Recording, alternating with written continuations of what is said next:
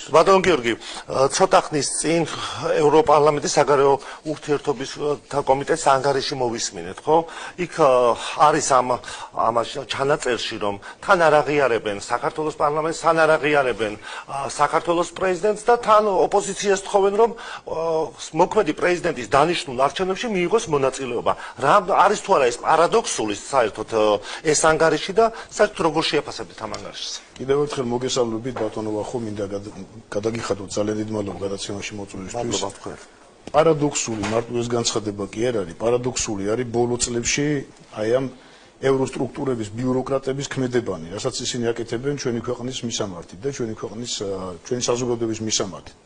დავიწყოთ იქედან, რომ ჯერ ეს გაუთავებელი ვაივიში ატეხეს აი ამ გამჭვირვალობის კანონზე და ახლა ფარაზე წარმოვიდგინეთ, რომელიც ამერიკაში მოქმედი კანონია და ჩვენთან ამბობენ, რომ თურმე ეს დემოკრატიის საწინააღმდეგო ქმედებაა და რაღაც დემოკრატიას აფერხებს და თუ დემოკრატიას აფერხებს საქართველოში, მაშინ რატო ხდება მისი მოქმედება ამერიკის დემოკრატიის, ასე ვთქვათ, ოაზისად წოდებულ ქვეყანაში, ამერიკის შეერთებულ შტატებში, ხო? რატოა ეს? მაშინ რატო აკეთებენ ამას? ეს ორმაგ სტანდარტებთან აგვაქვს აქ. ისევე როგორც აი ძალიან კურიოზულ სიტუაციაში ჩაიგდო თავი შვედეთის მაგალითად საგარეო საქმეთა სამინისტრო, როცა 1 ივნის თქვა განცხადება გააკეთეს, რომ თითქოს ეს ფარა იყო რაღაცა, ანუ deep state-ის კარნახით გააკეთეს განცხადება, რომ ფარა არის ეს რაღაც დემოკრატიის დამღუპელი, საზოგადოების რაღაცა ქვესკნელში ჩამდები და მეორე დღეს თვითონე დააანონსესო ჩვენ ვაიო, გვინდაო რომ რაღაც ანტიდემოკრატიული პროცესები რო არ დაფინანსდესო და ასეთი ბნელი ძალები არ იყოსო, დაფინანსებულიო, ჩვენ უნდა მოხდეს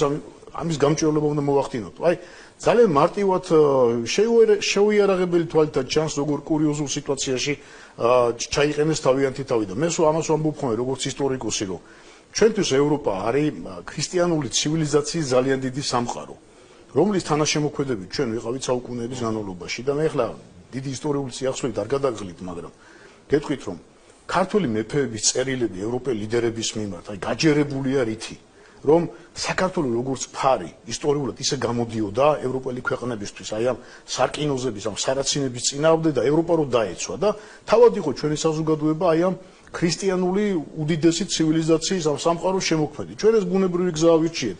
შემთხვევითი კი არ იყო, რომ ქრისტიანობის მიღებეს მარტო რელიგიური დოქტრინის აღიარება კი არ იყო. ეს იყო ჩვენი ბუნებრივი განვითარების გზა დასავლური სივრცისკენ და იმის მაგივრად, რომ ჩვენ ხალხს, რომელმაც სისხლი ღვარა აი ამ ყველაფრის ამ ღირებულებებისთვის 21 საუკუნემდე მოაღწია და ერთგულება დაამტკიცა თავისი ძალიან ბევრი ნაბიჯები და ღირსეული ნაბიჯები და თავად ვიაღიარეს ეს, ხო, აი მარტივად გეტყვი, თავად ვიაღიარეს ჩვენი ეს განუხრელი სვლა, ასე ვთქვათ, ევროპული აი ამ ინტეგრაციისკენ და ეს გამოიხატა ევრო ასოცირების ხელშეკრულებით, ვიზა ლიბერალიზაციით, შემდეგ კანდიდატის სტატუსით და ერთჩვენიერ დღეს უცბად აღმოჩნდით რაღაცა პრორუსული ხელისუფლება. მანამდე ჩვენ ამ კურსს არ გავდიოდით, მაგრამ როგორც კი ჩვენ არ შევასრულეთ მათი დაკვეთა, როგორც კი დღის წესრიგში დადგა. დაკვეთა ომის? გასაკვირველია, როგორც კი დღის წესრიგში დადგა და როგორც კი არ შევასრულეთ მათი დაკვეთა და მათ აგენტურას ჩვენ არ გაუხსენით ხელფეხი საქართველოში.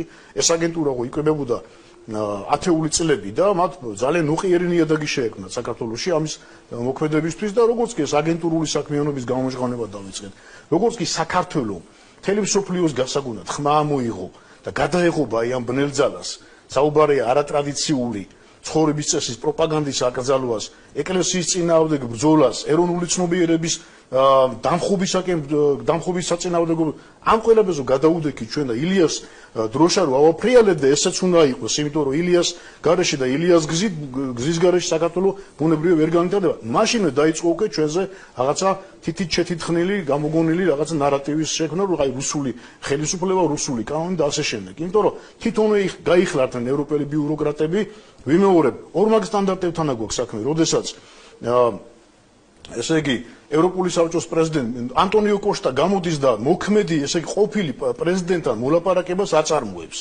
თან მოლაპარაკებას აწარმოებს ყოფილი პრეზიდენტთან, თან ამბობს, რომ მომავალ არჩევნებს რაღაცას უმიზნებს. თუ არ აღიარებ ამ ხელისუფლებას, მაშინ ამ პირობებში რა არჩევნების ჩატარებაზეა ლაპარაკი. მაგრამ აი დიდ აბსურდთან აგვაქვს საქმე.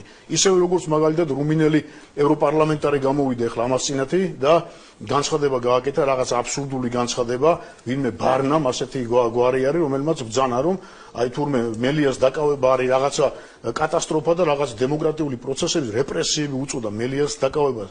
ადამიანის, რომელმაც თავის დროზე იცით რაები ჩაიდინა და ეს ადამიანები ახლა შევახსენებთ ჩვენს ძვირფას საზოგადოებას, რომ რამდენიმე ხნის განმავლობაში დივერსიული ჯგუფების მომზადებით იყვნენ დაკავებულნი პარლამენტის დამხობის მცდელობით, დედაქალაქის გადაწვით, ხელისუფლების გადატრიალებით და ჩვენი ხალხისთვის მომავალის მოსპობით. სხვა კი არაფერი არ იყო ამათი განზრახვა. და ოდიში დავასრულებ და აი ამ მელიას დაკავება უწევდა რაღაცა რეპრესიები და თურმე მისთვის ესე იგი არაფერს არ ნიშნავს როგორც ამ ევროპარლამენტარისთვის რომ მოსამართლეს წყლის შესხმა შეურაცხყოფა და ასეთი ქმედება, ასეთი ამაზრზენი ქმედება სასამართლო პროცესს ეს არაფრის მომცემი არაფერი არ არის ეს მათთვის.